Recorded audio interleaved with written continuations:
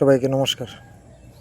আমি যে ভিডিওটি করতেছি সম্পূর্ণ ভিডিওটি দেখে আমার যারা মুসলিম ফ্যান ফলোয়ার আছেন সবাই বলে যাবেন এটা কি ধর্ম অবমাননার ভিতরে পড়ে কি না।